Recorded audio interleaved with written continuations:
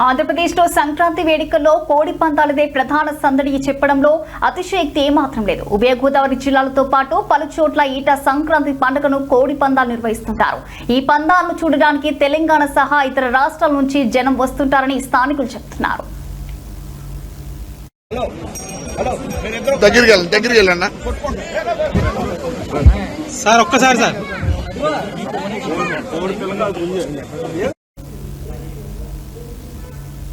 ఈసారి పశ్చిమ గోదావరి జిల్లాలో నిర్వహించిన కోడి పందాల్లో AP deputy speaker Raghuramakrishnaraju, MLA Ganta శ్రీనివాసరావులతో పాటు హైదరాబాద్ మాజీ మేయర్ తీగల కృష్ణారెడ్డి పాల్గొని సందడి చేశారు.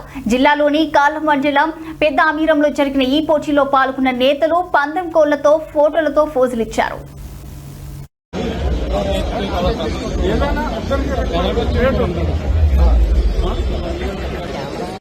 భోగి రోజున మనం సంక్రాంతి ఉత్సవాలు, వాలీబాల్, కబడ్డీ ఇవన్నీ కూడా భారీగా నిర్వహించాం.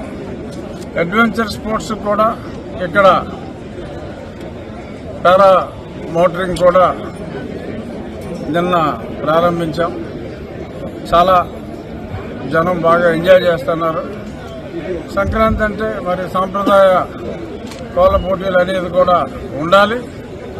సో సంక్రాంతి వేడుకల్లో భాగంగా మరి పారా గ్లైడింగ్ జరిగే చోట హాజరైన మా నియోజకవర్గ ప్రజలందరికీ అభినందనలు తెలియజేయడానికి వేడుకల్లో భాగంగా గంటా శ్రీనివాసరావు గారిని, వీడా మస్తానరావు గారిని ఇన్వైట్ చేయడం జరిగింది.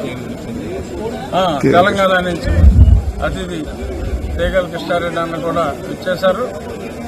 సాంప్రదాయ కోడి పందాలని మీడియా ఎదురుకుండా క్లియర్ గా చూపెట్టాం కదా నాయన, సాక్షి సాక్షి కత్తులేమీ లేకుండా సాంప్రదాయ పోటీలు ప్రారంభించాం.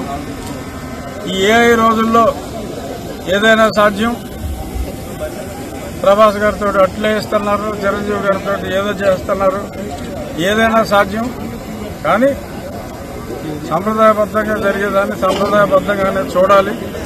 ఏమీ వాడొద్దు అని ముందుగానే తెలియజేస్తూ, ముఖ్యంగా పోయిన సంక్రాంతి, భోగి, కర్మకి ఈ సంవత్సరానికి తేడా ఏంటంటే, అంతకుముందు గాడి తప్పిన పరిపాలన అంతా కూడా ఒక గాడిలో పెట్టి రాష్ట్రానికి పెట్టుబడులు తెస్తూ రాష్ట్రం అంతా కూడా శరవేగంగా ముందుకెళ్తున్న నేపథ్యం ఇది. మరి మనకి భోగి అంటే కేవలం ఇదొక పండగ లేకపోతే ఇదేదో క్రీడలు కాదు. మనందరం కూడా ఐక్యతగా అందరం కలిసి మన ఆచార సాంప్రదాయాలు, వ్యవహారాలు ఇవన్నీ కూడా కలిసికట్టుగా ఒక ఉమ్మడి కుటుంబాల్లో చేసుకునే మన ఆనవాయితీ. దాన్ని ఈరోజు ఒక పండగ వాతావరణంలో ఇక్కడ మనం